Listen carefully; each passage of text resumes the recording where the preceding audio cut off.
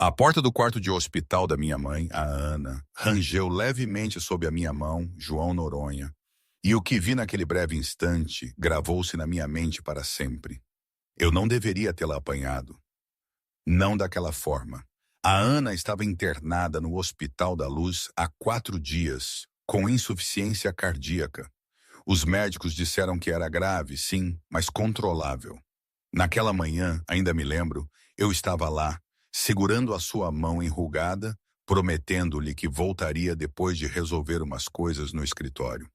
A Sofia, a minha noiva, tinha se voluntariado para ficar com ela enquanto eu estava fora.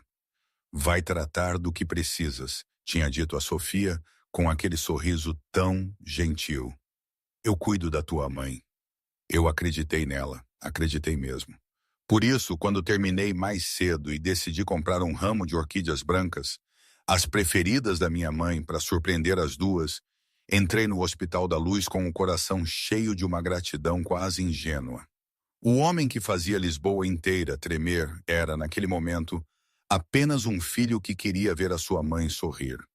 Lembro-me bem do corredor da cardiologia, estranhamente silencioso naquela tarde de outono, com o sol a derramar-se pelas janelas e a pintar tudo de dourado. Acenei com a cabeça a uma enfermeira que passava, segurei o buquê um pouco mais apertado e dirigi-me para o quarto 412. Foi então que o ouvi. Um barulho abafado, uma luta. Os bips frenéticos do monitor cardíaco. O meu estômago afundou, como se o chão tivesse desaparecido debaixo dos meus pés. 20 anos a sobreviver no submundo ensinaram-me a confiar nos meus instintos e eles gritaram. Num impulso cego, lancei-me para a frente. A minha mão bateu na porta, empurrei com força e o tempo pareceu fragmentar-se. A Sofia estava ali, ao lado da cama da minha mãe. As duas mãos apertadas à volta de uma almofada, pressionando-a sobre o rosto da Ana. Os dedos finos da minha mãe arranhavam o pulso da Sofia, com uma fraqueza desesperada. O corpo retorcia-se debaixo do lençol branco, lutando por um fôlego que não conseguia obter. E o rosto da Sofia, por Deus. Aquela expressão era algo que nunca tinha visto. Fúria, desespero e uma frieza tão cortante que era aterradora. O buquê escorregou das minhas mãos e bateu no chão. Pétalas de orquídea branca espalharam-se, esmagadas debaixo dos meus sapatos. Que raio estás a fazer? A minha voz rasgou o quarto como um tiro. A cabeça da Sofia virou-se bruscamente para mim. A almofada caiu. O peito da Ana arfava violentamente enquanto ela tentava recuperar o ar. Aqueles sons roucos, desesperados, quebrados, que ecoariam na minha mente para sempre. Por um segundo inacreditável, eu não me conseguia mover, não conseguia pensar. Eu, o homem que mandava executar inimigos sem pestanejar, estava ali, paralisado como pedra. Eu não conseguia conciliar a mulher com quem me ia casar com a figura que se debruçava sobre o corpo moribundo da minha mãe. Era a Sofia. A mulher que sorria às minhas raras piadas. A mulher que me beijava boa noite todos os dias. A mulher que dizia amar-me não por dinheiro ou poder. A mulher que em 3 meses caminharia até ao altar para se juntar a mim. Mas a mulher que me encarava agora, olhos arregalados, mãos trêmulas, peito a subir e descer, não era a pessoa que eu pensava conhecer. E naquele momento, entendi a verdade que mudaria tudo. Não fazia a menor ideia de com quem tinha dormido nos últimos 8 meses. O rei indiscutível do submundo tinha sido enganado pela própria mulher, a quem planeava dar todo o seu coração. As minhas mãos não tremiam mais. Os instintos de um homem que sobreviveu 20 anos no submundo tomaram conta do meu corpo. Em 2 longas passadas, estava junto à cama. Uma mão empurrando Sofia para longe da minha mãe, a outra embalando a cabeça da Ana enquanto ela jazia inerte. Sofia cambaleou contra a parede, a espinha chocando com o canto do armário de medicamentos com um estalido seco e oco. Não gritou. Ficou ali, olhos arregalados, a olhar para mim como se não pudesse acreditar que eu tinha aparecido naquele exato momento. A Ana ofegava, o peito a bombear descontroladamente, como se estivesse a tentar roubar de volta cada segundo de oxigênio que lhe tinha sido tirado. Os lábios pálidos e os dedos finos ainda arranhavam o ar, procurando algo para se agarrarem. Segurei aquela mão e apertei com força. Estava gelada. A mão da minha mãe estava gelada, como se a morte a tivesse tocado e tivesse acabado de ser afastada. Mãe, olha para mim. Respira. Mais devagar. Eu estou aqui. A minha voz saiu baixa e firme. A voz que eu usava para acalmar um aliado no meio de um tiroteio. A voz que eu tinha aprendido depois de enfrentar a morte centenas de vezes. Mas, por dentro, algo em mim estava a desmoronar-se. Ana pestanejou, os olhos turvos lentamente recuperando o foco. Viu o filho. Viu-me e uma lágrima deslizou pela sua têmpora, absorvendo-se nos seus cabelos prateados. Não conseguia falar. A garganta ainda queimava pela falta de ar, mas os seus olhos diziam tudo. Medo, alívio e algo que parecia um pedido de desculpas. Virei-me e posicionei-me entre a minha mãe e a Sofia como uma parede intransponível. Não olhei para a Sofia. Não conseguia olhar para ela. Não por raiva, mas porque tinha medo do que faria se encontrasse os olhos que um dia me tinham feito acreditar no amor. João! A voz da Sofia saiu trêmula, um pouco mais aguda que o normal. João, tens de me ouvir. Não é o que pensas. Ela estava a engasgar-se. Eu só estava a tentar ajudá-la. Cala-te. 2 palavras, apenas 2. Mas cortaram o quarto como uma lâmina. Sofia parou bruscamente. E então, naquele silêncio espesso e sufocante, algo mudou no seu rosto. O medo inicial deu lugar a outra coisa. Desespero, pânico.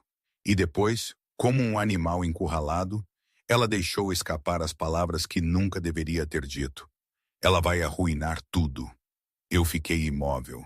Não de raiva nem de dor, mas porque aquelas 4 palavras confirmaram o que o meu coração tentava negar. Não era um acidente, não era um mal-entendido, não era um movimento imprudente num momento de perda de controle. Sofia sabia exatamente o que estava a fazer e tinha um motivo. Arruinar o quê? A minha voz baixou tanto que era quase um sussurro. Mas no silêncio do quarto de hospital, aterrou como um trovão antes de uma tempestade. Sofia não respondeu. Os olhos vagueavam pelo quarto, procurando uma fuga, procurando uma desculpa, procurando qualquer coisa que pudesse salvar o que restava. Mas não havia nada. Apenas eu ali, de costas para ela, protegendo a única mulher na minha vida que eu tinha amado de verdade. E Sofia percebeu que tinha perdido. Não a batalha para me conquistar, mas a batalha contra as suas próprias palavras. Eu recordo-me daquele momento com uma clareza dolorosa, mas, estranhamente, os eventos que o precederam imediata e diretamente estavam um pouco embaçados pela intensidade do choque. Sei que cheguei ao hospital cedo, talvez por sorte, talvez por pressentimento. Mas, afinal, não fui o único com um mau pressentimento. O inspetor Garcia, mais tarde, falou-me sobre a enfermeira que esteve lá. A Clara Matos. 15 minutos antes daquele momento, a Clara Matos empurrava um carrinho de medicação pelo corredor da cardiologia quando viu a Sofia a entrar no quarto 412. Nada daquilo era incomum. A noiva do senhor Noronha tinha visitado a dona Ana todos os dias nos últimos 4 dias, trazendo flores, frutas, sentando-se à beira da cama por horas, como a nora perfeita. Mas, naquele dia, algo estava diferente. Clara não sabia explicar, mas 12 anos a trabalhar num hospital tinham-lhe ensinado a confiar nos seus instintos. Havia algo na maneira como Sofia se movia. Não o passo leve e usual de alguém a visitar um doente, mas o passo de alguém a tentar não fazer barulho.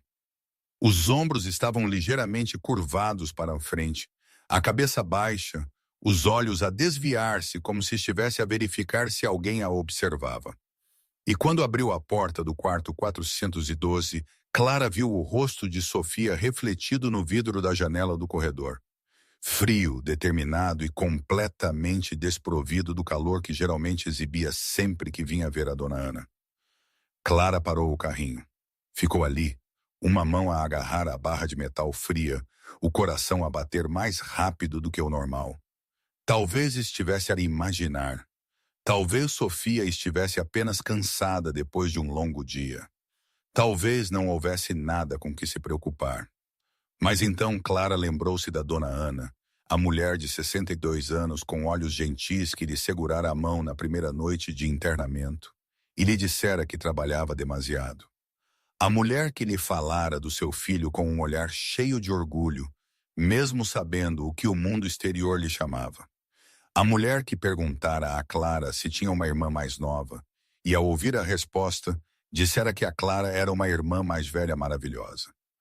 4 dias não era muito, mas foi o suficiente para Clara se importar com a dona Ana de uma forma que não era suposto importar-se com uma paciente, e o suficiente para não conseguir ignorar a sensação de desconforto que lhe roía o peito. Clara olhou para o prontuário médico na sua mão. A primeira página tinha o número de contato de emergência, uma sequência de dígitos que ela sabia pertencer ao patriarca mais temido da cidade. Ela hesitou. Ligar para João Noronha por causa de uma vaga suspeita? Poderia perder o emprego ou pior. Mas então olhou de volta para a porta fechada do quarto 412 e as suas mãos finas estenderam-se automaticamente para o telemóvel. A linha tocou 1, 2, 3 vezes. Ninguém atendeu. Clara exalou, prestes a desligar, quando o bip da caixa de voz soou. Não deixou mensagem. Não sabia o que dizer. Olá, sou a enfermeira que cuida da sua mãe e tenho um mau pressentimento em relação à sua noiva. Soaria como palavras de uma pessoa louca.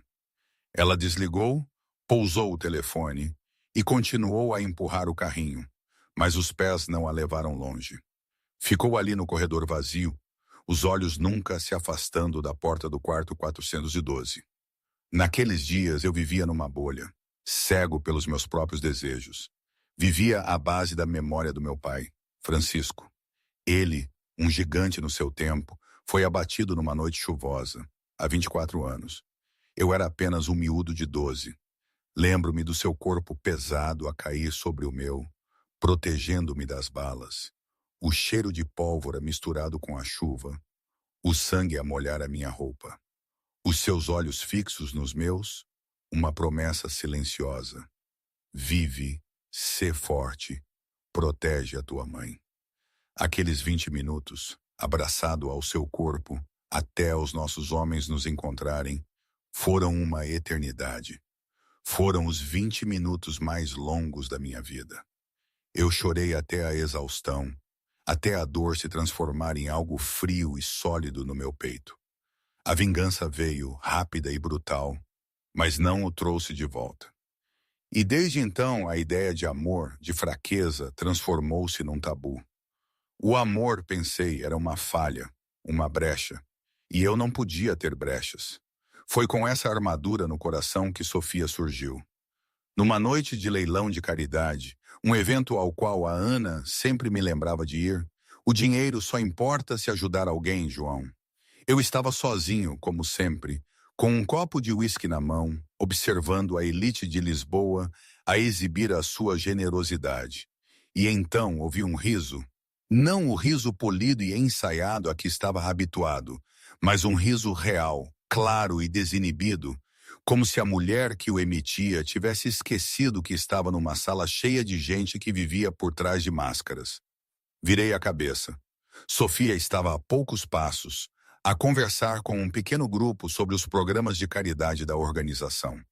Ela não era alta nem deslumbrante pelos padrões de Hollywood, mas havia algo cativante na maneira como se movia, como falava, como olhava diretamente nos olhos de alguém, como se fossem a pessoa mais importante do mundo. Não sei quando comecei a lhe aproximar-me, e quando Sofia levantou a cabeça e apanhou o meu olhar, ela não desviou. Não mostrou medo, como a maioria das pessoas fazia quando percebia quem eu era. Ela simplesmente sorriu e disse: Senhor Noronha, ouvi dizer que faz a maior doação a este fundo todos os anos.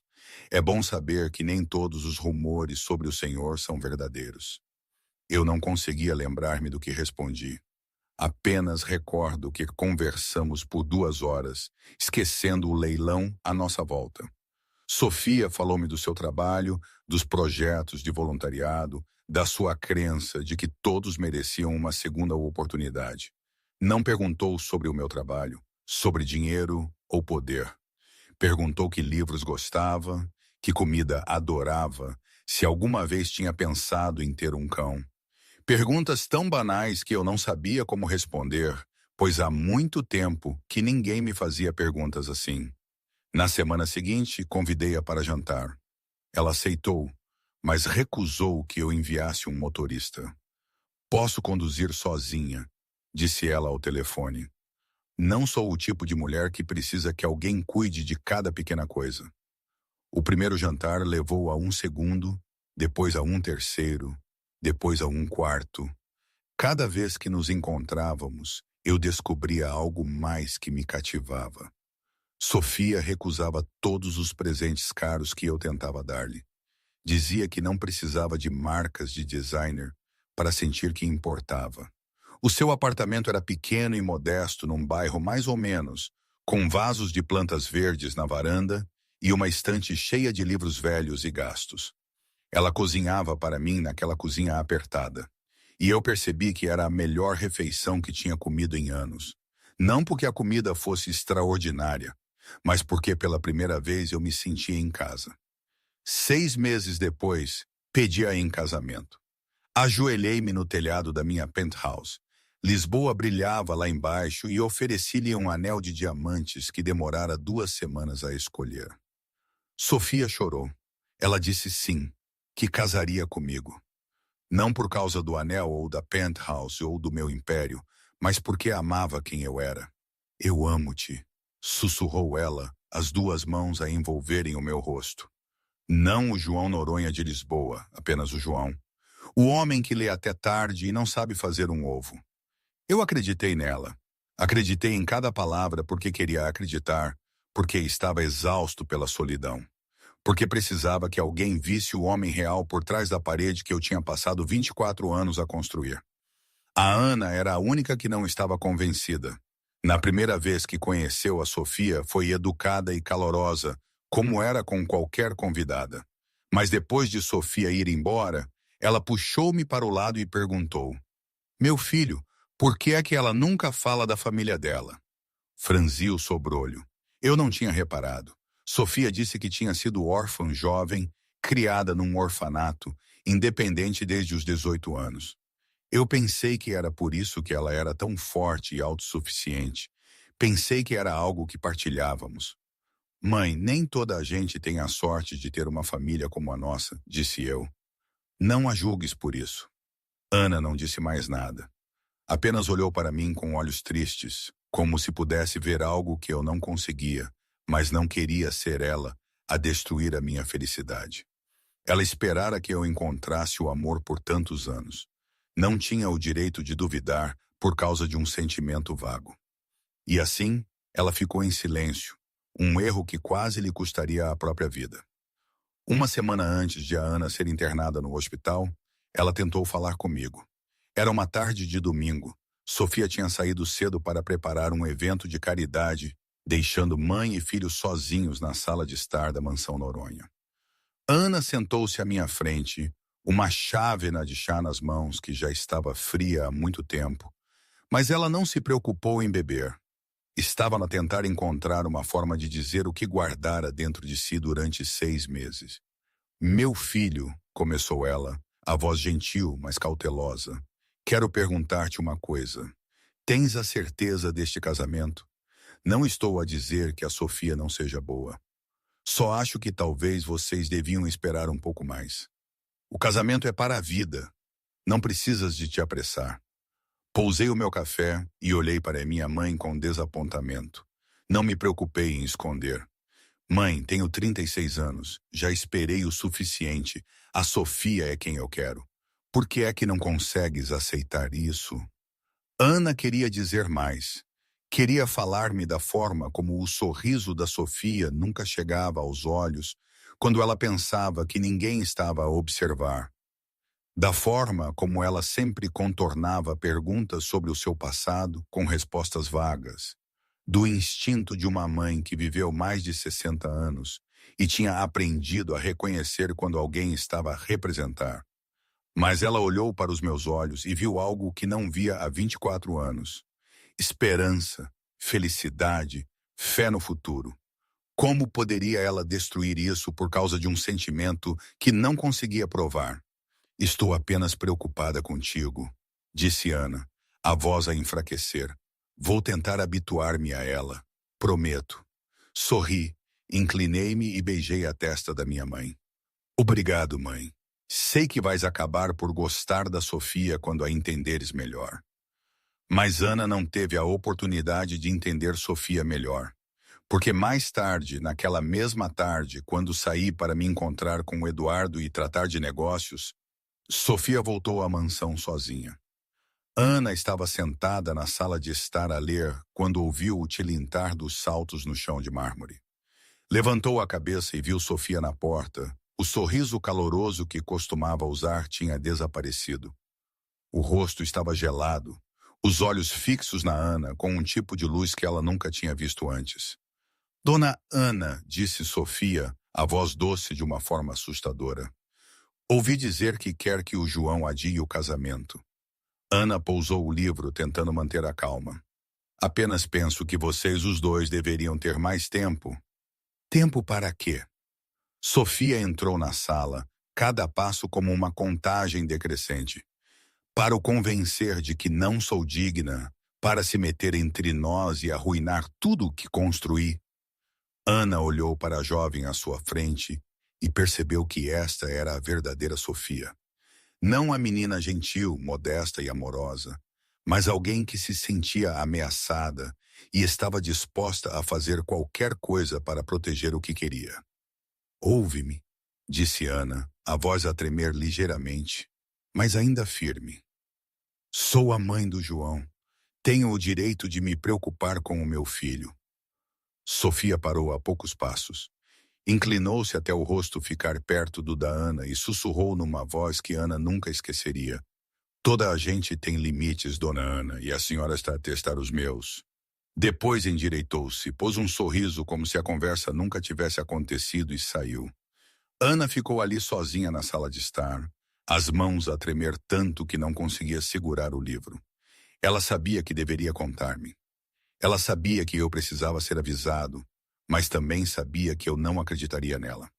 Pensaria que ela estava com ciúmes, que não queria partilhar o filho com mais ninguém, pensaria que ela estava a imaginar tudo.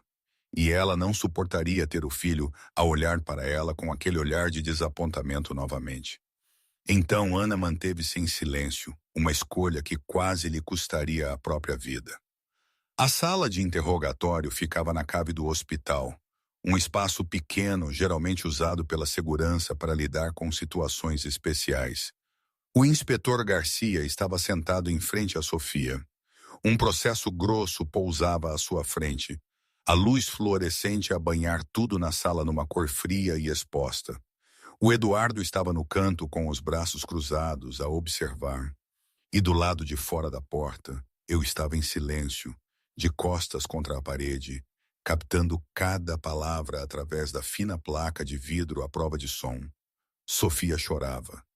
Lágrimas escorriam pelo rosto. A maquilhagem esborratada em rastros escuros debaixo dos olhos que me tinham cativado durante 8 meses. Ela tremia, as mãos entrelaçadas como se estivesse a tentar impedir-se de se desmoronar. Não fiz nada de errado, soluçou. Tem de acreditar em mim. A dona Ana estava a engasgar-se. Eu só estava a tentar ajudá-la. Por que é que ninguém me acredita? Por que é que o João não está aqui? Ele sabe que o amo. Ele sabe que nunca faria mal a ninguém. O inspetor Garcia não respondeu. Apenas abriu o processo e virou as páginas lentamente, deixando Sofia ver o que estava lá dentro. Fotografias, relatórios financeiros, registros de crédito, recibos de aluguer. histórico de pesquisa na internet de 2 anos antes. Sofia viu tudo e parou de chorar, não porque tivesse acalmado, mas porque percebeu que as lágrimas já não funcionavam. Sofia Gomes, começou o inspetor Garcia, a voz monótona, como se estivesse a ler a previsão do tempo. 32 anos, sem família, sem parentes. A sua empresa de organização de eventos faliu há 18 meses. Deve ao banco 200 mil euros. Aquele apartamento de classe média era, na verdade, um aluguer mensal pago em dinheiro, sem contrato de longa duração. E a parte mais interessante, ele fez uma pausa, olhando diretamente nos seus olhos. O seu histórico de pesquisa mostra que estava a investigar João Noronha 2 anos antes de o ter conhecido acidentalmente naquele leilão de caridade. Silêncio.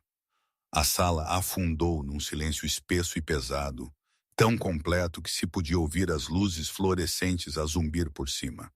Sofia ficou ali sentada, olhos baixos para o processo, já não a chorar, já não a tremer.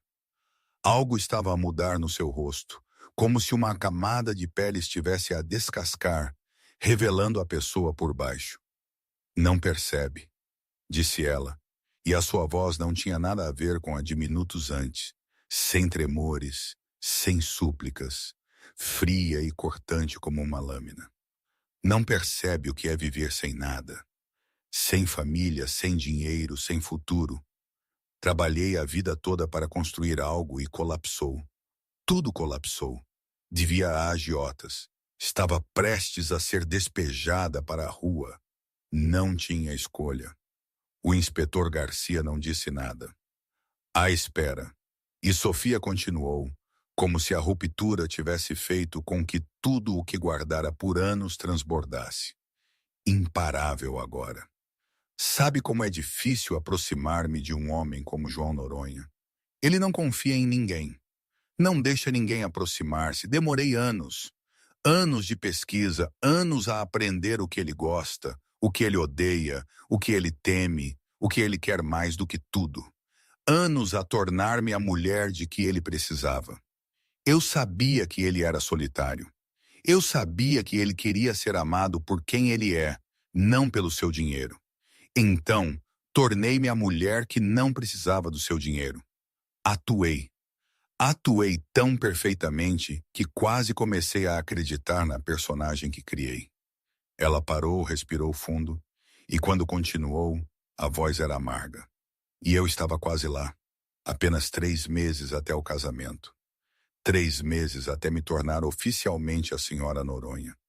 Todos aqueles anos, todos aqueles sacrifícios, finalmente compensariam. Mas aquela velha... Sofia cerrou os dentes, os olhos a faiscar de ódio. Ela percebeu logo desde o início. Ela suspeitava e começou a sussurrar no ouvido do João, dizendo-lhe para esperar, dizendo-lhe para pensar novamente. Eu não podia deixá-la estragar tudo. Investi demasiado. Sacrifiquei demasiado. Ela cortou-se como se tivesse acabado de perceber que dissera demasiado. Mas era tarde demais. Do lado de fora da porta, eu estava ali, de costas ainda contra a parede, mas as minhas mãos estavam cerradas em punhos. As unhas cortavam as palmas, mas eu não sentia a dor. Não sentia nada. Apenas um vazio oco a espalhar-se pelo meu peito, como um buraco negro a engolir todas as emoções. Anos. Ela tinha passado anos a caçar-me. Cada sorriso, cada toque, cada eu amo-te sussurrado. Tudo tinha sido uma encenação. Eu tinha sido a presa e tinha entrado na armadilha de bom grado, olhos bem abertos e coração desprotegido. Eduardo abriu a porta da sala de interrogatório e saiu. Olhou para mim com preocupação, mas não disse uma palavra. Não havia nada a dizer. E então Sofia viu-me através da porta. Os olhos arregalaram-se. E a última faísca de esperança cintilou como uma vela ao vento. João! Ela chamou o meu nome, a voz a falhar. João, eu amo-te. Fiz tudo porque te amo. Tens de entender. Não olhei para ela. Apenas virei as costas e afastei-me. Cada passo pesado ecoava pelo corredor vazio. E a voz da Sofia continuou a perseguir-me, desesperada e inútil, como o eco de um sonho que já tinha desmoronado. Momento de confissão. Pessoal, espera, preciso de fazer uma pequena pausa aqui. Sinceramente, esta situação com a Sofia, era tão absurda. Quer dizer, pensa bem, um tipo como eu, que construiu um império do nada, que se protegeu de tudo e de todos durante décadas, ser tão ingênuo? Fui enganado assim, debaixo do meu próprio nariz, pela mulher que eu achava que amava.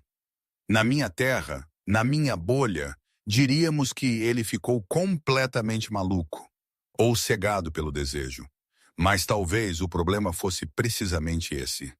Talvez eu quisesse tanto acreditar que aquilo era real, que era o tal amor verdadeiro que a minha mãe sempre falava, que desliguei os meus próprios alarmes. É uma sensação estranha, sabes? Estar no controle de tanta coisa, mas ser completamente vulnerável onde menos esperavas. Pergunto-me se é assim que a gente aprende, ou se apenas fica mais cético. Não sei.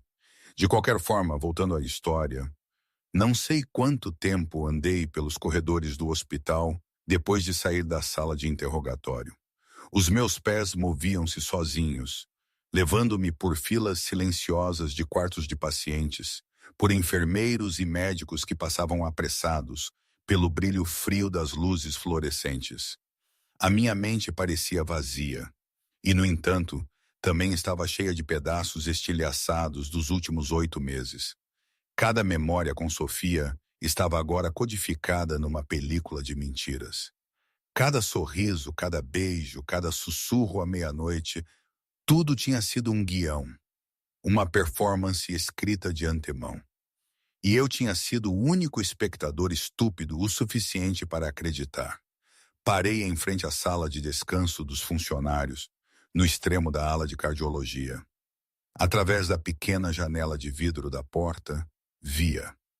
A enfermeira Clara Matos estava sentada sozinha num sofá velho e gasto. Uma mão envolvia um copo de papel de café que já estava frio, os olhos fixos no nada. Ela ainda estava com os seus uniformes azuis claros desbotados, lavados vezes demais, o cabelo castanço preso num nó apressado, com alguns fios soltos nas têmporas. Sob as luzes fracas da sala, parecia tão cansada que parecia não ter dormido há muito tempo. Empurrei a porta e entrei. Clara levantou a cabeça. Os seus olhos cinzento-azulados arregalaram-se ligeiramente quando percebeu quem estava à sua frente. Não se levantou, não inclinou a cabeça, não parecia assustada ou excessivamente educada, como a maioria das pessoas fazia quando confrontava João Noronha. Apenas me olhou, calma e à espera, como se o chefe mais poderoso de Lisboa aparecer numa sala de descanso de funcionários à meia-noite fosse completamente normal. Foi você que me ligou, disse eu. Não uma pergunta, mas uma afirmação. Clara assentiu e pousou o café frio na mesa. Sim. Por quê? Uma palavra, simples, mas carregada de tudo o que eu precisava saber. Por que uma enfermeira do turno da noite, uma completa estranha, arriscaria ligar para um homem como eu? Ela sabia quem eu era? Sabia o que as pessoas sussurravam sobre mim? Sabia que estar ligada a mim era o suficiente para a colocar em perigo? Clara ficou em silêncio por um longo momento, como se estivesse a ponderar como responder. Depois levantou a cabeça, encontrou o meu olhar e percebi que aqueles olhos cinzento-azulados não vacilaram. Não havia medo neles, nem cálculo, nem avidez, apenas uma honestidade tão direta que me apanhou desprevenido. A dona Ana falou-me muito sobre o senhor nestes últimos dias, disse Clara, a voz gentil, mas clara. Sempre que entrava para mudar um curativo ou verificar a medicação dela, ela falava do senhor. Do menino de 12 anos que perdeu o pai, mas ainda tentava ser forte. Do homem que reconstruiu tudo das cinzas. do filho de quem ela tem tanto orgulho que os olhos dela brilham cada vez que diz o seu nome. Clara fez uma pausa e engoliu em seco. Ela ama-o tanto. Via-o em cada palavra que dizia, na forma como mantinha a sua fotografia na mesa de cabeceira, na forma como se preocupava porque o senhor trabalha demais e não cuida bem de si. Eu estava ali, incapaz de falar. Algo apertou-me o peito, mas eu não sabia como chamar a isso. E quando vi a Sofia entrar no quarto dela com aquela expressão no rosto, Clara continuou, a voz a tremer ligeiramente mais firme. Eu não sabia ao certo o que aconteceria. Talvez estivesse a imaginar coisas. Talvez estivesse a exagerar.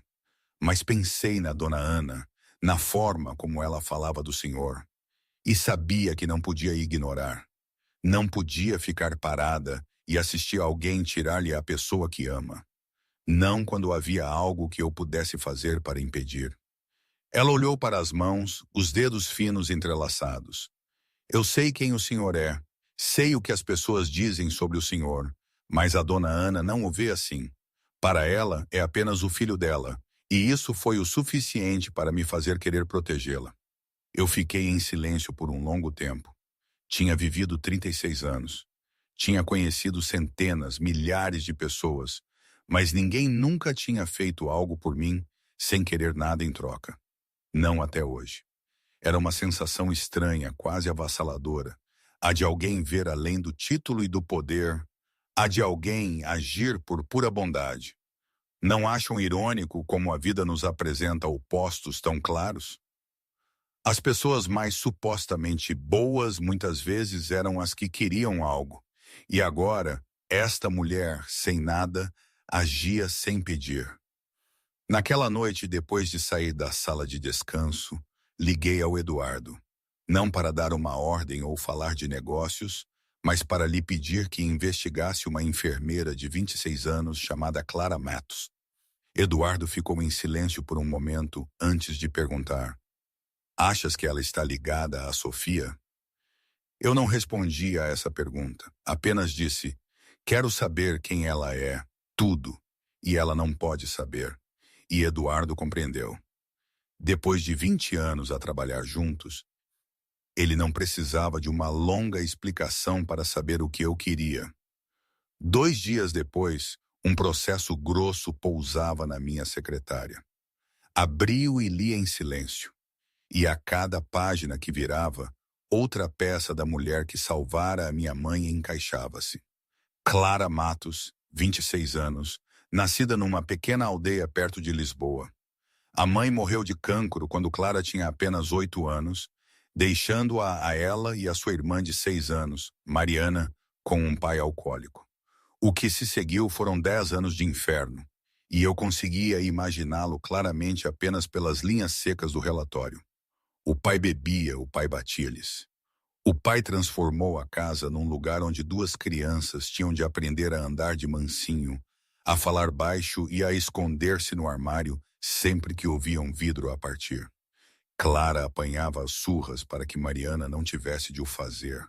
Ela usou o próprio corpo como escudo para a irmã, muito antes de ter idade para entender por que é que o pai as odiava tanto. Quando tinha 18 anos, Clara fugiu. Esperou por uma noite em que o pai estivesse tão bêbado que não soubesse em que mundo estava. Juntou algumas roupas e a pequena quantia de dinheiro que tinha escondido ao longo dos anos e levou Mariana, de 16 anos, para fora daquela casa para sempre. Chegaram a Lisboa sem nada além de uma mala e uma decisão. Nunca mais voltariam. Clara fez tudo o que era preciso para sobreviver. Lavou pratos em restaurantes, limpou escritórios à noite, trabalhou em bares. Qualquer emprego que pagasse, ela aceitava. Dormia 4 horas por noite, comia uma refeição por dia e punha cada euro que ganhava para manter Mariana na escola. Porque Clara tinha feito uma promessa à mãe antes de ela morrer. Prometera que protegeria Mariana. Prometera que daria à irmã uma vida melhor. E Clara Matos era o tipo de pessoa que cumpria promessas. Trabalhava e estudava ao mesmo tempo. Conseguiu o seu diploma de enfermagem depois de 4 anos a lutar contra turnos da noite e exames para os quais tinha de se preparar na sala de descanso dos funcionários. Quando Mariana entrou na faculdade de medicina, Clara chorou. Não porque estivesse triste, mas porque pela primeira vez na vida sentiu que tinha feito algo certo. Agora, Clara vivia num minúsculo apartamento num bairro na periferia de Lisboa, um dos mais perigosos. Trabalhava 60 a 70 horas por semana no hospital, enviando a maior parte do seu salário para Mariana para cobrir as propinas e as despesas de subsistência. Não tinha carro, ia de autocarro para o trabalho e muitas vezes tinha de andar por vielas escuras depois da meia-noite, quando o turno terminava. Nunca tinha tido namorado, não porque ninguém estivesse interessado, mas porque não tinha tempo. A sua vida girava em torno do trabalho e da Mariana. Nada mais. Não havia espaço para mais nada. Fechei o processo e sentei-me no escuro do meu escritório, em silêncio. Pensei na Sofia, a mulher que passara anos a estudar-me, transformando-se na versão perfeita do que eu queria, caçando-me como uma presa. E pensei na Clara, a mulher que nada sabia sobre mim, além do que a minha mãe lhe contara, que arriscara ligar a um estranho apenas porque ele não conseguia ficar parada a ver alguém perder a pessoa que amava. 2 mulheres, 2 vidas que não poderiam ser mais diferentes. Uma que tinha tudo e ainda queria mais. Uma que não tinha nada e ainda assim estava disposta a dar. Não sei por que me importava. Não devia importar-me. Ela era apenas uma enfermeira, uma estranha que calhou estar ali no momento certo. Mas algo naqueles olhos cinzento-azulados, sombreados pela insônia, não me deixava parar de pensar nela. Algo na forma como me olhava nos olhos sem medo. Na forma como falava da minha mãe com respeito genuíno. Na forma como se movia num mundo brutal e ainda assim mantinha a sua bondade. Sofia ensinara-me que tudo podia ser falso, mas Clara Matos e as cicatrizes que ela carregava. Eu não achava que alguém pudesse fingir aquilo. Uma semana depois da noite em que li o dossiê da Clara, discretamente mandei alguém segui-la. Não por desconfiança, mas porque sabia o quão perigoso era o bairro do Casal da Boba e não suportava a ideia de que a mulher que salvara a minha mãe tivesse de andar sozinha por becos escuros todas as noites. Não contei a Clara. Ela recusaria. Ela diria que não precisava de ninguém para a proteger. Ela tinha sobrevivido 18 anos sem ninguém e continuaria a fazê-lo. Eu sabia disso, então mantive-me em silêncio e deixei os meus homens vigiarem à distância. Naquela noite, o turno da Clara terminou às 23 h. Ela estava tão cansada que mal sentia as pernas. Um turno de 12 horas com 3 emergências consecutivas tinha esgotado cada grama de energia do seu corpo. Tudo o que ela queria era chegar a casa, tomar um banho quente e dormir. Mas ela nunca chegou a casa naquela noite. O atalho pela viela atrás da paragem de autocarro era o caminho que a Clara fazia todos os dias. Escuro, estreito, mas 10 minutos mais curto do que a estrada principal. E para alguém que trabalhava 70 horas por semana, 10 minutos eram uma fortuna. Ela estava a meio do caminho quando 3 sombras bloquearam a sua passagem. 3 homens com cheiro a álcool, com sorrisos maliciosos enquanto a examinavam. Ora, vejam só o que temos aqui, disse um deles, a voz arrastada e cruel. Um passarinho que se perdeu. Clara deu um passo atrás, o coração a martelar-lhe no peito. Ela sabia que não devia correr. Correr ativaria o instinto predador deles, mas também sabia que não podia lutar. 3 contra 1, ela não tinha chances. Não tenho muito dinheiro, disse ela, forçando a voz a manter-se firme. Se querem algo, levem. O do meio avançou, a mão esticando-se para agarrá-la pela gola. Vamos levar o dinheiro, mas achas que é só isso? Clara lutou, tentando libertar-se do aperto rude. Um estalo ecoou no seu rosto, forte o suficiente para virar a cabeça dela para o lado. Ela caiu. os joelhos batendo no cimento frio, o sabor metálico de sangue enchendo a boca. E então passos soaram do outro lado da viela. Rápidos, certos, como tambores a avisar que uma tempestade se aproximava. Os três rufiões viraram-se, e o que viram fez com que congelassem. Eu, João Noronha, saí das sombras, o rosto frio como gelo, os olhos a arder com algo que Clara nunca vira em ninguém. Eu não falei. Não precisava, porque o que aconteceu a seguir foi rápido demais para as palavras acompanharem. Ataquei-os como uma tempestade, decisivo, impiedoso. Nenhuma hesitação nos socos, nos pontapés, o estalar nauseabundo de ossos no escuro. Os três homens caíram um após o outro, gemendo no chão, incapazes de se levantar. Tudo acabou em menos de 1 minuto. E quando me virei para a Clara, sangue nos meus nós dos dedos, ela não sentiu medo. Apenas viu um homem que tinha aparecido no momento exato em que ela mais precisava. "Estás bem?" A minha voz era baixa e gentil, nada parecida com a violência que eu acabara de desferir. Clara assentiu, mas quando tentou levantar-se, o joelho dobrou. Eu segurei-a antes que ela caísse, um braço deslizando à volta da cintura, levantando-a como se ela não pesasse mais do que uma folha. "Vou levar-te ao hospital." "Não", sussurrou Clara, a voz fraca. "Não quero que os meus colegas de trabalho me vejam assim." Olhei para ela por um longo momento, depois assenti.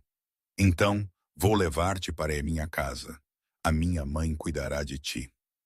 Clara quis recusar, quis dizer que não precisava que ninguém cuidasse dela, mas estava demasiado cansada, demasiado magoada e demasiado exausta para lutar contra qualquer coisa.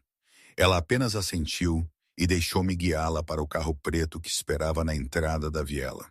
Quando a Clara acordou, estava deitada numa cama mais macia do que qualquer uma em que já tinha dormido na vida.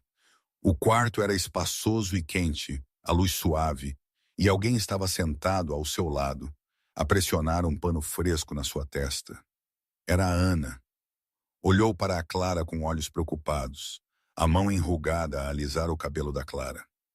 "Menina tola", disse ela, a voz a tremer. "Por que andaria sozinha numa viela escura assim? Por que não chamaste um táxi?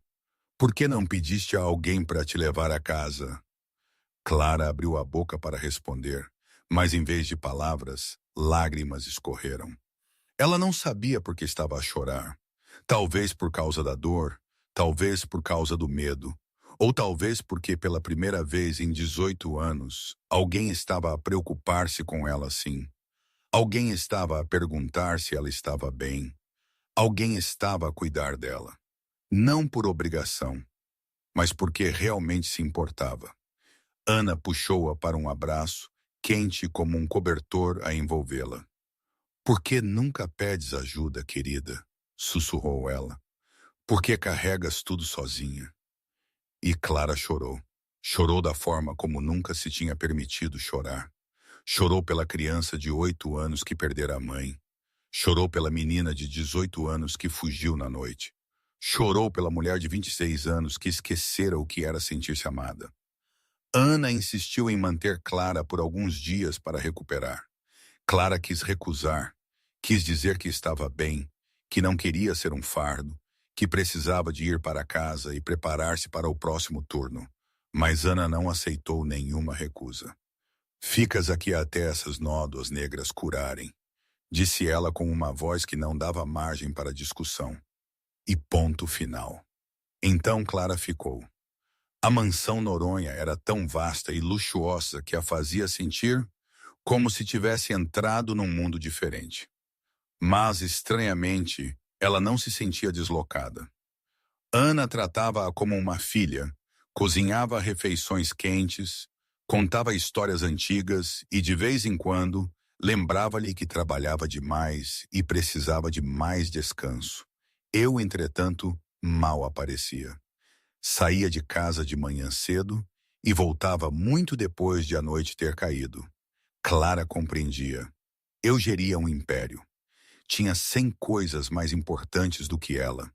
Ela era apenas uma enfermeira que calhou estar ali no momento certo. E não havia razão para eu passar tempo com ela. Mas na terceira noite, às 3h da manhã, Clara não conseguia dormir. Pesadelos da viela escura, da mão rude a agarrar-lhe a gola, do riso cruel dos assaltantes, agarravam-se a ela cada vez que fechava os olhos.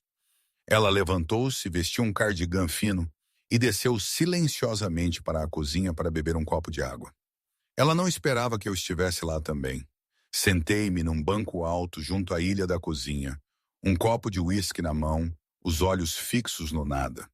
Não estava de fato, como de costume, apenas uma camisa preta com as mangas arregaçadas, o cabelo ligeiramente desarrumado, o cansaço estampado no rosto. Parecia um homem comum, não um chefe da máfia, não o homem que fazia Lisboa tremer, apenas um homem a carregar pesos que ninguém via. Desculpa, disse Clara, começando a virar-se. Não sabia que alguém estava aqui. Fica. A minha voz era baixa e gentil. Também não consegues dormir? Clara hesitou, depois assentiu, entrou na cozinha e serviu um copo de leite. Sentou-se no banco em frente a mim, mantendo uma distância respeitosa, mas não muito grande. Ficamos em silêncio por um longo tempo. Não era um silêncio constrangedor, desconfortável. Apenas o silêncio de duas pessoas a partilhar o mesmo espaço sem precisar de palavras para o preencher. Pesadelos? Perguntei, os olhos ainda no meu copo. Clara assentiu. Tu também? Pousei o copo, os dedos a girá-lo lentamente. Não durmo desde o hospital. Cada vez que fecho os olhos, vejo a Sofia de pé sobre a cama da minha mãe, com aquela almofada nas mãos. E continuo a pensar, e se eu tivesse chegado 1 minuto mais tarde? E se tivesse ignorado o pressentimento e ficado naquela reunião? Mas o senhor conseguiu, disse Clara suavemente. A dona Ana ainda está aqui. Isso é o que importa. Olhei para ela, e na luz fraca da cozinha, às 3h da manhã, havia algo nos seus olhos que Clara não tinha visto antes. Fragilidade, solidão, uma ânsia de ser compreendido que eu tinha mantido enterrada por 24 anos. Sabes, disse eu, a voz tão baixa que era quase um sussurro. Na noite em que o meu pai morreu, eu tinha 12 anos. Ele atirou-me para o chão e usou o corpo dele para apanhar as balas. Eu segurei-o nos braços e vi o sangue dele amolhar a minha roupa. Senti-o arrefecer e eu não pude fazer nada. Era apenas um miúdo. Clara não falou. Apenas ouviu, porque ela sabia que às vezes o que uma pessoa precisa não é de consolo, mas de alguém disposto a sentar-se ali e testemunhar a sua dor sem julgamento. Desde aquela noite, continuei, aprendi a não confiar em ninguém, a não amar ninguém, porque amor significa perda, e eu não suportava perder mais ninguém. O silêncio regressou, e nesse silêncio, Clara decidiu fazer algo que nunca tinha feito com ninguém. Pousou o copo de leite, virou as costas para mim e puxou o cardigã para baixo, revelando a longa cicatriz que lhe corria do ombro até ao meio das costas. Ouvi-me ofegar. O meu pai, disse ela, a voz tão calma como se estivesse a falar do tempo. Quando tinha 14 anos, ele ficou bêbado e foi atrás da Mariana porque ela partiu um copo. Eu meti-me entre eles. Ele usou o cinto com uma fivela de metal. Eu apanhei tudo para que a Mariana não tivesse de o fazer. Ela puxou o cardigã de volta e virou-se para me encarar novamente. Os meus olhos estavam cheios de sentimentos que ela não conseguia nomear. Dor, raiva e algo que parecia uma profunda compreensão. Não estou a contar-lhe isto para que sinta pena de mim, disse Clara. Estou a contar-lhe porque quero que saiba que eu entendo. Eu entendo o que é perder alguém que se ama. Eu entendo o que é carregar tudo sozinho. E eu entendo por que construiu uma parede em volta do seu coração. Ela inclinou a cabeça, os seus olhos cinzento-azulados gentis na luz fraca. Mas sabe de uma coisa? O senhor não perdeu o seu coração. Apenas o trancou.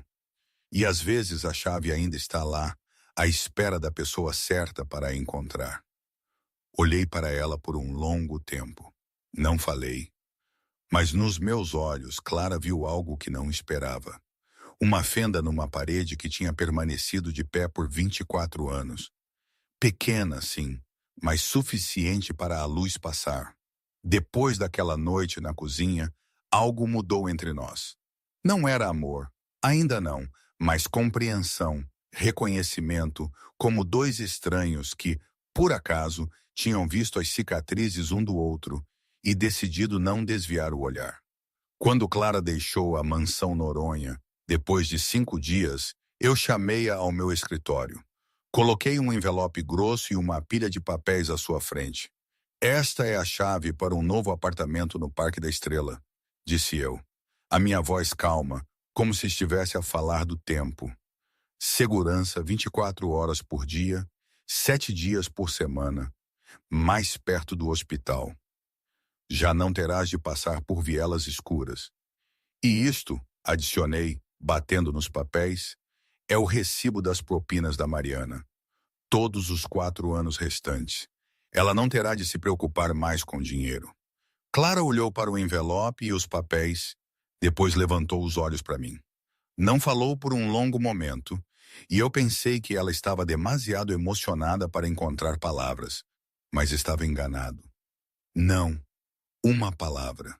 Curta, final, franziu o sobrolho. Não percebes, não é caridade. Sou eu a pagar-te por teres salvado a minha mãe. Não salvei a dona Ana para que me pudesse pagar, disse Clara, a voz calma, mas inabalável. Fiz isso porque era a coisa certa a fazer, porque ela é uma boa mulher e ninguém merece ser tratado assim. Não porque eu queira o seu dinheiro. Abri a boca para falar, mas Clara continuou. Sabe o que me torna diferente da Sofia? Ela passou anos a tornar-se a mulher de que o senhor precisava porque queria o que o senhor tem. Mas eu? Clara fez uma pausa, olhando-me diretamente nos olhos. Eu não quero nada do senhor e não quero tornar-me uma segunda Sofia. Não quero que olhe para mim e se pergunte se estou perto de si por quem o senhor é ou pelo seu dinheiro. Eu cuido de mim desde os 18 anos. Não preciso que ninguém me salve. Ela levantou-se e empurrou o envelope e os papéis de volta para mim. Obrigada por tudo. Obrigada por me ter salvado naquela viela. Obrigada à sua mãe por cuidar de mim. Mas preciso de ir. E saiu, deixando-me sozinho no meu escritório com o envelope e os papéis intocados. Sentei-me ali por um longo tempo, pensando no que ela dissera. E percebi algo que nunca tinha considerado antes. Durante toda a minha vida, as pessoas aproximavam-se de mim pelo que eu tinha. Poder, dinheiro, influência, até Sofia. Mas Clara era a primeira pessoa a recusar tudo. Não porque não precisasse, mas porque não queria que nada material manchasse o que existia entre nós. E de uma forma estranha, isso fez-me respeitá-la mais do que qualquer pessoa que eu já tinha conhecido. Na semana seguinte, mudei de tática. Não enviei dinheiro, não lhe comprei uma casa, não paguei propinas. Em vez disso, apareci em frente ao portão do hospital às 23h, quando o turno da Clara terminava, segurando um café quente. O que está a fazer aqui? Perguntou Clara, os olhos arregalados de surpresa. A tomar café contigo, disse eu simplesmente. Se não te importares. Clara olhou-me por um longo momento, depois pegou no café. Sentamo-nos no banco de pedra em frente à entrada do hospital, sem dizer muito, apenas a beber café e a olhar para a cidade à noite. Os primeiros dias foram estranhos. Lembro-me de me perguntar o que raios estava a fazer ali, eu, João Noronha, à espera de uma enfermeira num banco de pedra. Quando Clara começou a levantar-se para ir para casa, disse: Deixa-me levar-te. Não porque eu ache que não consegues ir sozinha, mas porque não quero que vás sozinha. Clara quis recusar, mas quando olhou para os meus olhos, viu algo que não esperava. Não pena, nem cálculo, mas a preocupação honesta de um homem a tentar aprender a cuidar de uma forma que nunca lhe tinha sido ensinada. Então, ela assentiu. E esse foi o início das noites que se seguiram. Eu ia buscá-la depois de cada turno. Às vezes bebíamos café. Às vezes apenas ficávamos no carro a conversar. Eu perguntava sobre a Mariana, sobre os seus estudos, sobre o seu sonho de se tornar médica. Contei a Clara sobre a Ana, sobre as refeições que cozinhava, sobre as histórias que costumava contar quando eu era menino. Não era um namoro, não era amor, ainda não. Éramos simplesmente duas pessoas a aprender, pouco a pouco, a confiar. E Clara, a mulher que tinha construído uma parede em volta do seu coração desde os 8 anos, lentamente começou a perceber que talvez nem todos que se aproximavam a quisessem magoar. Rumores no submundo espalham-se mais rápido do que um incêndio. Um mês depois de eu começar a aparecer no portão do hospital todas as noites, os olhos errados começaram a reparar. A família Tavares, a maior rival do clã Noronha na periferia de Lisboa, foram os primeiros a perceber que o líder de mão de ferro do Império Noronha tinha encontrado uma nova fraqueza e decidiram explorá-la. Clara não tinha ideia de que estava a ser observada. Ela estava demasiado ocupada com o trabalho, com os longos turnos, com as noites de café comigo em frente ao hospital. Ela não reparava no carro preto estacionado na esquina sempre que saía do trabalho. Não reconhecia os olhos distantes a segui-la. Ela não sabia que alguém andava a tirar fotografias dela e minha sentados juntos no carro, captando cada momento que partilhávamos, enviando tudo para pessoas que procuravam uma forma de derrubar João Noronha. Mas o verdadeiro alvo deles não era a Clara, era a Mariana. Naquela manhã, Clara recebeu uma mensagem de um número desconhecido. Sem palavras, apenas imagens. Mariana a caminhar para o campus. Mariana a sentar-se na biblioteca. Mariana a comprar café no seu lugar habitual. Mariana a chegar ao seu dormitório às 9 da noite. Uma imagem após a outra, como um lembrete de que a sua irmã estava a ser observada a cada minuto. E depois uma última linha de texto. Bela irmã mais velha, estar perto do chefe Noronha significa que é melhor saberes o teu lugar, não é? Queremos conversar. Não arranjes problemas para a pequena Mariana. Clara deixou cair o telemóvel. As mãos tremiam tanto que ela mal conseguia pegá-lo. 18 anos. 18 anos, ela tinha protegido a Mariana de tudo. Do pai, da fome, do mundo brutal lá fora. Ela sacrificara tudo para que a irmã pudesse ter uma vida normal, segura, intocada por qualquer coisa perigosa. E agora, porque tinha estado a tomar café com um homem, a Mariana estava a ser ameaçada. Ela correu até mim. Não ligou. Não mandou mensagem.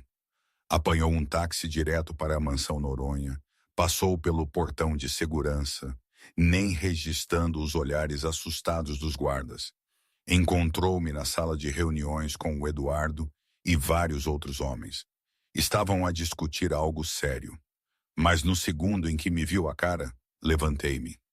Clara, o que aconteceu? Ela entregou-me o telemóvel, os dedos ainda a tremer. Olhei para as fotos, li a mensagem e a minha expressão mudou. Não para preocupação, nem para medo. Para uma raiva fria tão cortante que parecia congelar a sala inteira. Tavares, disse Eduardo, a voz baixa e tensa.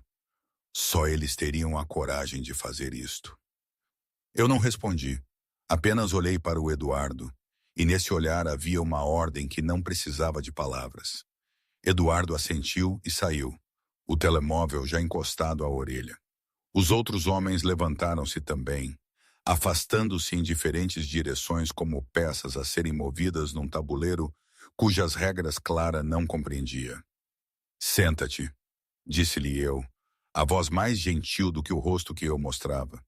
A Mariana ficará bem, eu prometo. O que aconteceu nas 2 horas seguintes foi algo que Clara nunca esqueceria.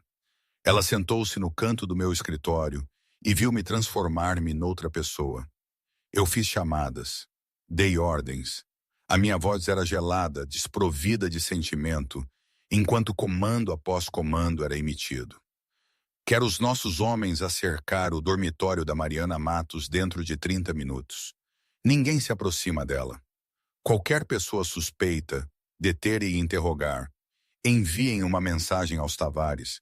Digam-lhes que se um único cabelo da Mariana Matos ou da Clara Matos for tocado, eu apagarei toda a sua linhagem do mapa de Lisboa. Não é uma ameaça, é uma promessa. Convoquem uma reunião com os outros chefes. Quero os Tavares isolados. Ninguém faz negócios com eles. Ninguém os protege. Eles querem guerra. Eu dar-lhes-ei guerra. Clara sentou-se ali com as costas rígidas, a ver o homem a quem ela tinha começado a abrir o coração transformar-se no homem que toda a Lisboa temia. Este era o verdadeiro João Noronha, não o homem que bebia café com ela todas as noites, não o homem que falava da mãe com suavidade nos olhos, mas o chefe, o assassino, o líder de um império construído sobre sangue e lágrimas. E ela não sabia o que devia sentir em relação a isso. 2 semanas após a ameaça da família Tavares, o julgamento de Sofia ocorreu. A notícia do caso tinha se espalhado por Lisboa durante semanas. A bela noiva do poderoso chefe da máfia a conspirar para matar a futura sogra. A imprensa chamou-lhe um caso de amor mortal. Uma história dramática que o público não conseguia parar de seguir. Eu não fui ao tribunal. Recusei-me a comparecer. Recusei-me a testemunhar pessoalmente. Recusei-me a olhar para a mulher que quase tinha tirado a vida à minha mãe. Eduardo tratou de todos os detalhes legais em meu lugar. E eu sentei-me na sala de estar da mansão com a Ana e a Clara, assistindo ao julgamento na televisão como se pertencesse a estranhos. Sofia apareceu no ecrã com um uniforme de prisão laranja, o cabelo emaranhado, o rosto encovado após semanas na cadeia. Ela já não era a mulher bonita e confiante que eu tinha amado. Ela era apenas a casca vazia de ambições que tinham desmoronado. Quando o juiz leu a sentença, 15 anos por tentativa de homicídio em 1º grau, Sofia levantou-se bruscamente. 2 agentes de segurança tiveram de contê-la enquanto ela lutava, os olhos fixos na câmara como se soubesse que eu estava a ver. João! Ela gritou o meu nome, a voz a falhar de desespero. Ninguém te ama como eu. Ouves? Ninguém. Vais arrepender-te. Vais ficar sozinho o resto da tua vida. O grito dela ecoou pelo tribunal até que ela foi arrastada, a porta a fechar-se atrás dela e o ecrã a mudar para repórteres a descreverem a cena fora do tribunal. Desliguei a televisão. A sala caiu em silêncio. Ana estava sentada ao meu lado, a mão a apertar a minha, sem dizer nada. Ela tinha sobrevivido. Ela ainda estava ali, e isso era tudo o que importava. Clara estava sentada no canto do sofá, os olhos cinzento-azulados fixos no nada. Ela tinha visto tudo. A loucura da Sofia, a minha frieza quando dei ordens contra os Tavares, o mundo violento e perigoso em que eu vivia todos os dias. E ela não sabia por quanto tempo mais conseguiria manter-se na beira daquele mundo. Naquela noite, depois de Ana se ter recolhido, Clara encontrou-me na varanda. Eu estava ali sozinho, a olhar para Lisboa, brilhando no escuro, um copo de uísque na mão que mal tocava. João, disse ela, a voz suave, mas trêmula. Preciso de te dizer uma coisa. Virei-me para o olhar e na luz fraca que vinha da sala de estar, Clara viu o profundo cansaço nos meus olhos. O cansaço de alguém que tinha carregado demasiado por demasiado tempo. Acho que devia ir-me embora, disse Clara, cada palavra a cortar-lhe a própria garganta. Deixar este lugar. Deixar-te. Eu não me movi, não reagi. Apenas os meus dedos apertaram o copo. Por quê? Uma palavra. Simples, mas carregando tudo o que eu não conseguia dizer. Porque tenho medo, Clara admitiu, as lágrimas começando a escorrer pelo rosto. Tenho medo do teu mundo. Tenho medo que homens como os Tavares continuem a ameaçar a Mariana, a ameaçar-me. a ameaçar qualquer pessoa que se aproxime de ti. Tenho medo que um dia tenha de te ver morrer como o teu pai morreu, e eu não consigo suportar isso. Ela parou, respirou fundo, tremendo. Não pertenço a este mundo, João. Eu sou enfermeira. Vivo uma vida normal. Não sei como viver com armas, com guerras de gangues, com nunca saber se a pessoa de quem gosto vai chegar a casa em segurança todas as noites. Pousei o uísque e virei-me para encarar totalmente. A minha expressão era ilegível, como a parede de pedra que eu tinha construído durante 24 anos. Mas nos meus olhos, Clara viu algo que não esperava. Não raiva, nem desapontamento, mas dor. A dor de um homem a ver algo precioso a escorregar entre os seus dedos e a não saber como segurar. Clara não conseguiu dormir naquela noite. Ficou deitada no quarto de hóspedes que Ana lhe preparara, a olhar para o teto no escuro, pensando na dor nos meus olhos quando ela disse que queria ir-me embora. Eu não a impedi. Não disse nada. Apenas fiquei ali em silêncio como se estivesse a forçar-me a engolir tudo o que queria dizer. E esse silêncio doía mais do que quaisquer palavras. Na manhã seguinte, quando Clara desceu para a cozinha, encontrou Ana já sentada à mesa. As duas mãos envolviam uma chávena de chá quente, como se estivesse à espera. Ela apontou para a cadeira à sua frente e Clara sentou-se sem falar. "Não conseguiste dormir, pois não?" perguntou Ana, a voz gentil, cheia de compreensão. Clara assentiu. Não tinha forças para mentir. "Estás a pensar ir-te embora?" Outro aceno. Clara baixou o olhar, incapaz de encarar os olhos da mulher que a tinha tratado como uma filha. Ana ficou em silêncio por um longo tempo. Depois pousou o chá, estendeu a mão pela mesa e pegou na mão da Clara. "Minha filha", disse ela, "vou contar-te uma história sobre uma jovem de 25 anos, de uma família de classe média em Aveiro, que nunca tinha sequer sabido o que era o submundo. Ela conheceu um homem numa festa, e desde o primeiro olhar, ela soube que ele era perigoso. Ele tinha olhos frios e um riso que conseguia silenciar uma sala inteira. Mas ela também viu outra coisa naqueles olhos. Solidão, uma ânsia de ser amado. E ela amou-o. Clara levantou a cabeça e olhou para Ana. Ela estava a sorrir, mas havia anos distantes a viver nos seus olhos. "Aquela rapariga era eu", continuou Ana. "E aquele homem era Francisco Noronha, o pai do João. Eu sabia que o mundo dele era perigoso. Eu sabia que amá-lo significava viver com medo todos os dias. Mas eu também sabia que o amor verdadeiro não espera até ser seguro para aparecer. Ele chega e tu decides se o aceitas." O seu aperto na mão da Clara apertou-se. "Tive 20 anos maravilhosos com o Francisco. 20 anos de felicidade.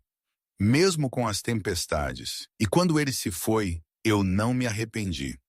Nem um único dia me arrependi de ter escolhido estar ao lado dele, porque um dia de ser verdadeiramente amada vale mais do que uma vida inteira de segurança passada sozinha." Clara não conseguia falar. Lágrimas escorriam pelo rosto antes que ela sequer percebesse que lá estavam. Ana levantou-se, contornou a mesa e puxou-a para um abraço.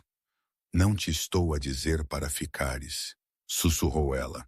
"Essa escolha é tua. Mas quero que saibas que o João não é como o pai dele numa coisa. O Francisco nunca me teria deixado ir. Ele ter-me-ia retido, custasse o que custasse. Mas o João, ele vai deixar-te ir se for o que queres, porque ele te ama verdadeiramente. E o amor verdadeiro não é posse, é respeito." Naquela tarde, Clara encontrou-me no meu escritório. Eu estava sentado atrás da secretária, a olhar pela janela, e quando ouvi os seus passos, não me virei. "Sei que estás aqui", disse eu, a voz baixa e cansada. "Já decidiste?" Clara aproximou-se, parando ao lado da minha secretária. "O que faria se eu decidisse ir?" Eu finalmente virei-me para ela. Os meus olhos estavam vermelhos, como se eu também não tivesse dormido. "Deixava-te ir", disse eu, cada palavra a soar como se estivesse a ser arrancada do meu peito. "Não te vou prender. Não vou usar poder ou dinheiro para te forçar a ficar, porque amar-te significa respeitar a tua escolha, mesmo que essa escolha me magoe. Levantei-me e contornei a secretária, parando à sua frente, mas não a toquei. Não posso mudar quem eu sou, Clara. Não posso deixar este mundo. Faz parte de mim, quer eu queira ou não, mas posso prometer-te uma coisa. Olhei nos seus olhos e Clara viu tudo o que eu não estava a dizer. Amor, medo, a crueza de um homem que trancara o coração durante 24 anos e ousava pela primeira vez abri-lo para alguém. Vou proteger-te com a minha vida, disse eu. Mas também te deixarei ir se for isso que queres, porque mereces ser feliz. Quer essa felicidade me inclua ou não. E naquele momento, Clara compreendeu. Sofia disse que me amava. No entanto, estava disposta a matar a minha mãe para me ter. Mas eu disse que amava a Clara e estava disposto a deixá-la ir, mesmo que isso me destruísse. Essa era a diferença entre o amor possessivo e o amor verdadeiro. Clara não falou. Ela apenas deu um passo em frente, abraçou o meu pescoço e beijou-me. O nosso primeiro beijo não aconteceu à luz de velas ou sob a lua. Aconteceu num escritório cheio de papelada com o amanhecer a escorrer pela janela, iluminando duas pessoas que se tinham encontrado no escuro. Um ano passou mais rápido do que Clara jamais imaginou. Um ano cheio de mudanças que ela nunca pensou que viveria para testemunhar. Um ano em que a sua vida mudou de sobreviver para verdadeiramente viver. Naquela primavera, Mariana formou-se em medicina. A cerimônia foi realizada na grande sala da Universidade Nova de Lisboa. Centenas de estudantes de toga preta e chapéus quadrados. Famílias e amigos a preencher todas as filas de assentos. Clara sentou-se na primeira fila ao meu lado e da Ana, o coração a bater forte enquanto via a sua irmã mais nova atravessar o palco para receber o seu diploma. Mariana Matos, 24 anos, uma futura médica. A menina que Clara tinha carregado nos braços e com quem fugira de uma casa cheia de escuridão 8 anos antes, estava agora em pé perante centenas de pessoas, confiante e radiante. Mas o que fez Clara chorar não foi o diploma ou a toga. Foi quando Mariana foi convidada a falar como oradora da turma. E ela disse palavras que Clara nunca esqueceria.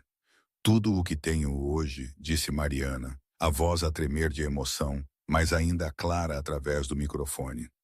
Devo a uma pessoa, a minha irmã, Clara Matos. Ela sacrificou a sua juventude para que eu pudesse estar aqui hoje. Trabalhou 2, às vezes 3 empregos ao mesmo tempo para que eu pudesse ir à escola. Passou fome para que eu pudesse comer.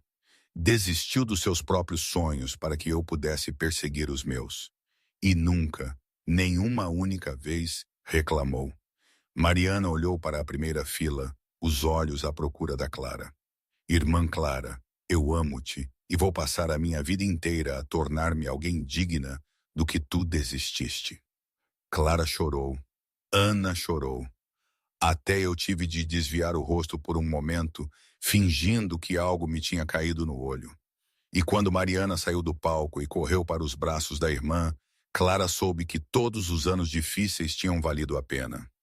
Depois da formatura, a vida continuou a mover-se, trazendo mudanças que Clara nunca esperara. Comecei o longo processo de legalizar os negócios da família Noronha. Não de um dia para o outro, e não completamente. Eu ainda era o chefe do império que o meu pai tinha deixado. Mas comecei a sair, passo a passo, das sombras para a luz, abri empresas imobiliárias legítimas, investi em restaurantes e hotéis e, gradualmente, afastei-me das operações ilegais em que já não queria ter as mãos metidas. E o mais importante, financiei a construção de uma clínica gratuita no bairro do Casal da Boba, onde a Clara outrora viveu, onde os mais pobres de Lisboa não tinham dinheiro para um hospital.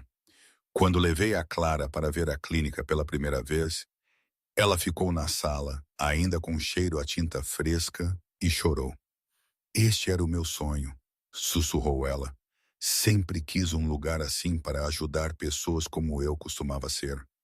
Eu sei, disse eu, os braços a envolvê-la por trás. Disseste-me naquela noite na varanda, lembras-te? Não me esqueci. Clara continuou a ser enfermeira. Recusou-se a demitir-se, mesmo eu tendo oferecido dezenas de vezes. Isto é quem eu sou, dizia ela sempre que eu tocava no assunto. Adoro este trabalho. Adoro ajudar pessoas. Não quero tornar-me outra pessoa só porque estou contigo. E eu respeitava isso porque era uma das coisas que eu mais amava nela. A sua firmeza, a sua integridade, a sua recusa em mudar-se por dinheiro ou poder. O nosso casamento aconteceu no outono, no jardim atrás da mansão Noronha. Sem centenas de convidados, sem imprensa ou câmaras. Apenas Ana, Mariana, Eduardo e um punhado das pessoas mais próximas. Clara vestia um vestido branco simples, que ela e a Ana tinham escolhido juntas, segurando um ramo de margaridas selvagens, as flores que a mãe dela tinha amado quando estava viva. Quando ficamos de frente um para o outro debaixo de um caramanchão de flores, peguei nas mãos da Clara e fiz os meus votos. Não eram palavras elegantes escritas de antemão, mas palavras do coração, simples e honestas. Clara, comecei, a voz a tremer de uma forma que só as pessoas mais próximas de mim tinham ouvido. Vivi 36 anos sem saber o que era o amor verdadeiro. Eu pensava que o amor era posse, controlo, agarrar tão forte que dói. Mas tu ensinaste-me outra coisa. Apertei as suas mãos, os meus olhos nunca deixando os dela. Tu ensinaste-me que o amor verdadeiro não exige, ele dá. O amor não é presentes caros ou grandes promessas. O amor é partilhar café frio em frente a um hospital à meia-noite. É levar um ao outro para casa por ruas vazias. É dar as mãos na cozinha às 3h da manhã, quando nenhum dos dois consegue dormir. Fiz uma pausa e respirei fundo. Tu salvaste a minha mãe sem pedir nada. Recusaste o meu dinheiro porque não querias que o nosso amor fosse manchado por ele. Estavas disposta a partir porque tinhas medo, mas foste corajosa o suficiente para ficar. És a mulher mais forte que já conheci, e passarei o resto da minha vida a ser digno de ti. Ana chorou. Mariana chorou. Até Eduardo teve de limpar os olhos quando pensou que ninguém estava a ver. E quando beijei a Clara debaixo das flores na luz dourada do final da tarde de um outono de Lisboa, ambos soubemos que tínhamos encontrado o lar. Não a mansão, não o império, mas os braços um do outro. E hoje, por vezes olho para trás e tudo parece um filme, uma daquelas histórias improváveis. Será que tudo valeu a pena? Não sei. É difícil responder a isso com uma certeza absoluta. A vida raramente é assim. Às vezes penso que foi a melhor coisa que me podia ter acontecido. Encontrar a Clara, encontrar a paz, construir algo diferente. Outras vezes, quando as sombras do passado se estendem, questiono se não cometi um erro, se o perigo ainda espreita. Provavelmente ambos. É a vida, não é? Nada é definitivo, nada é perfeito, mas é a minha vida. E com ela, a Clara.